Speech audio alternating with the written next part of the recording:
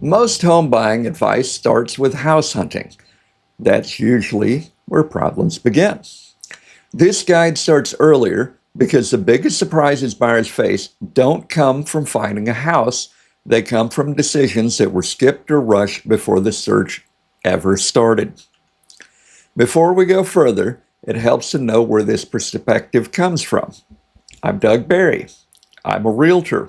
I have an MBA, and I spent time away from real estate working inside the federal government's single family housing lending programs at the USDA before returning to real estate. That meant reviewing real loan files, real budgets, and real households after decisions were already made. Not hypotheticals, not best case scenarios. The patterns you'll hear in my guide come from seeing where things tended to break down when the math, the timing, or the sequencing didn't hold up. One of the most common inquiries I saw during that time started the same way. I found a house, now I need a loan. That message often came before the buyer had talked to a real estate agent and sometimes before they'd even toured the property. That's a very normal way people start thinking about buying a home. And to be fair, that approach can work if you have strong credit, money in the bank, and a stable job.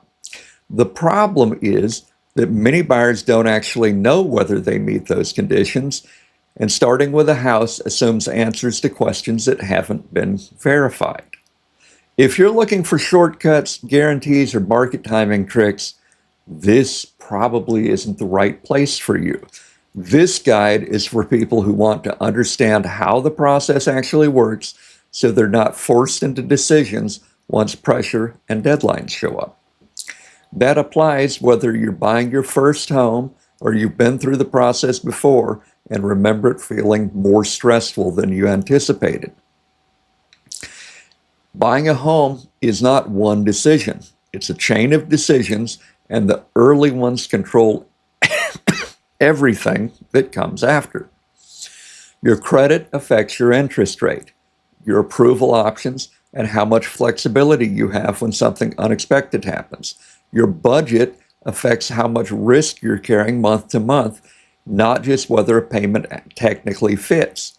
Your choice of a lender affects timelines, communication, and whether deals survive stress. House selection comes after all of that, even though it's the part most people focus on first. Most buyer stress does not come from bad luck. It comes from decisions that were made too late or from skipping steps that didn't feel urgent at the time. When something feels tight or overwhelming later, it's usually because an earlier choice limited your options. I want to be clear about how this guide works across formats. In audio and video, I focus on patterns and decision points, how things connect, and where buyers tend to get surprised. Some topics are hard to follow just by listening, especially when numbers are involved. That's why the written guide includes tables and examples you can slow down and review. The split's intentional. This format is about understanding how the process fits together. The written version is where you sit down with the details. You'll get the most value by using both of them together. This series is written to be used in order. You can skip ahead, but most confusion buyers experience comes from jumping to house hunting or offers before the foundation is set. If you're already under contract, some episodes might still be useful, but if something feels unclear or stressful, the answer is almost always earlier in the process, not later.